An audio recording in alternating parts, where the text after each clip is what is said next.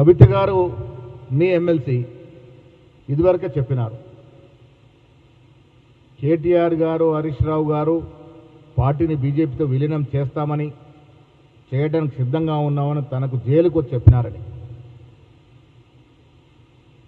దాంతోపాటు హరీష్ రావు, సంతోష్ రావు రాష్ట్ర సంపదను లూట్ చేసుకున్నారని, వారి కుటుంబాలు బంగారమయమేయని.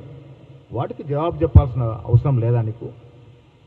రాహుల్ గాంధీ గారి గురించి తర్వాత మాట్లాడుకుందాం, కానీ వీటికి కవిత లేవనెత్తిన అంశాలకి జవాబు చెప్పాల్సిన అవసరం నీకుందా లేదా?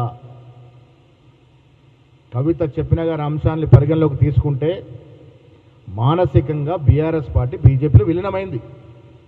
భౌతికంగా కావాల్సిన అవసరం ఉంది తప్ప మానసికంగా విలీనం అయిపోయింది. ఇది కవిత స్పష్టత ఇచ్చేసింది.